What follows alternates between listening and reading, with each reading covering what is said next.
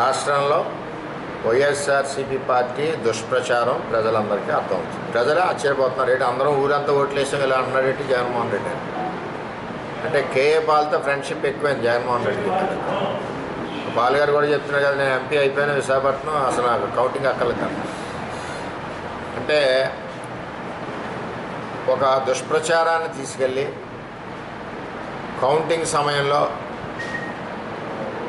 మరి problems create చేసి counting ఆపాలని ఒక ఎత్తుగడ, అన్నిటికంటా ఉద్యోగస్తులు ఏదైతే ఓట్లు ఉన్నాయో బ్యాలెట్స్ వాటన్నిటి మీద కూడా ఏదో రకంగా ఆ ఓటింగ్ పడకుండా గొడవ చేయాలన్నది ఒక ఆలోచనతో వైఎస్ఆర్సీపీ పార్టీ ఉంది. దానికి కూడా రౌడీ షీటర్లో పోలీసు కేసున్న వాళ్ళని ఏజెంట్లు పెట్టారు. మేము ఎలక్షన్ ఆఫీసులో ఆర్ఓ గారిని రిక్వెస్ట్ చేస్తున్నాం మీడియా ద్వారా, ఎవరైతే ఏజెంట్లు ఉన్నారో వాళ్ళ మీద ఏవైనా కేసులు ఉన్నాయా లేదా అన్నది అది స్ట్రిక్ట్గా ఎస్పీ గారు కూడా కింది స్థాయిని ఎస్ఐనట్టే దానికి బాధ్యం చేసి రిపోర్ట్ పెట్టమని అడగవలసిందిగా ఈరోజే నేను కోరడం జరిగింది. ఎంచేదంటే పోలీస్ డిపార్ట్మెంట్ కూడా ఒత్తిడి ఉండడం వలన వాళ్ళు తీసుకోవట్లేదు. తెలుగుదేశం పార్టీ అవనండి, వైఎస్ఆర్సీపీ పార్టీ అవనండి, జనసేన అవనండి, బీజేపీ అవనండి, అటువంటి వ్యక్తులకి ఎవరికి కూడా బూతుల్లో స్థానం ఇవ్వకూడదు. రెండవది వైఎస్ఆర్సీపీ వాళ్ళు ఇండిపెండెంట్ దగ్గర ఇవి తీసుకుని వాళ్ళు వస్తూ ఉన్నారు. ఇండిపెండెంట్ దగ్గరికి వచ్చినప్పుడు కొంత రూల్ పొజిషన్ ఉంది. వాళ్ళు ఏమి ఖర్చు పెట్టారు ఇప్పటి వరకు ఎలక్షన్లో, ఖర్చు అసలు అయిందా లేదా, ఏమి అవ్వలేదంటే అతను కావాలని వేసినట్లు లెక్క, ఖర్చు అయింది అంటే ప్రజల కోసం వేసినట్లు లెక్క. ఆ యాంగిల్లో కూడా ఆలోచించి వాళ్ళ అభ్యర్థిత్వ వాళ్ళ ఏజెంట్స్ని కూడా రిజెక్ట్ చేయవలసిన బాధ్యత కూడా ఉంది. ఎందుకంటే వైసీపీ వాళ్ళు ఒత్తిడితో జనాలను అక్కడ పెంచి ప్రాబ్లం క్రియేట్ చేసి అల్లరి క్రియేట్ చేసి ఆ ఎలక్షన్ కౌంటింగ్ ఆఫీసర్ మీద ఒత్తిడి క్రియేట్ చేసి మరి ఇవన్నిటినీ కూడా పోలింగ్ మన ఎంప్లాయీస్ చేసిన ఓటింగ్ ఏదైతే ఉన్నాయో వాటన్నిటి మీద కూడా జరగకుండా చూడాలని దురుద్దేశంతో ఉన్నారు. కానీ అవి జరగదు. ప్రభుత్వం కానీ డీజీ కానీ అందరూ కూడా మరి ఎలక్షన్ కమిషన్ అండర్లో ఉన్నారు.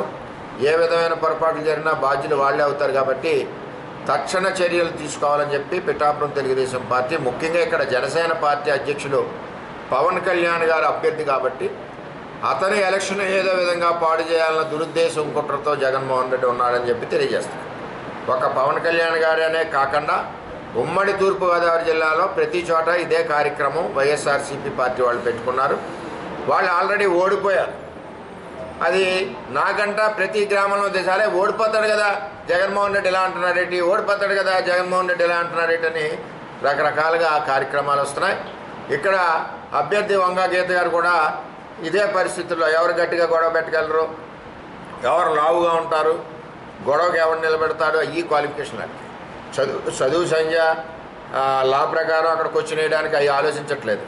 అంచేత పవన్ కళ్యాణ్ గారిని ఏదో విధంగా ఇబ్బంది పెట్టాలని ఒక దురుద్దేశంతో ఉన్న వైఎస్ఆర్సీపీ పార్టీ యొక్క ఆలోచనల్ని Telugu Desam party, Janasena party, BJP party కూటమి జరగనివ్వదు. ఏ విధంగా అయినా మేము చట్ట ప్రకారం మిమ్మల్ని ఎదుర్కొంటామని చెప్పి హెచ్చరిస్తున్నాం. ఈ విధంగా అదేవిధంగా ఆఫీసర్లని కూడా ఆర్ఓని జిల్లా ఎస్పీ గారిని కూడా రిక్వెస్ట్ చేస్తున్నామని చెప్పి తెలియజేస్తున్నాం. సజ్జల రామకృష్ణారెడ్డి మాట్లాడుతూ ఎలక్షన్ కమిషన్ రూల్స్ మన పార్టీకి అనవసరం, మీరు గట్టిగా కలబడండి, ప్రభుత్వ ఉద్యోగుల ఓట్లు వాళ్ళకి పడకుండా డిస్టర్బ్ చేయండి, డిస్క్వాలిఫై చేయించండి. ఇది సజ్జల రామకృష్ణారెడ్డి ఇచ్చిన ఆదేశాలు.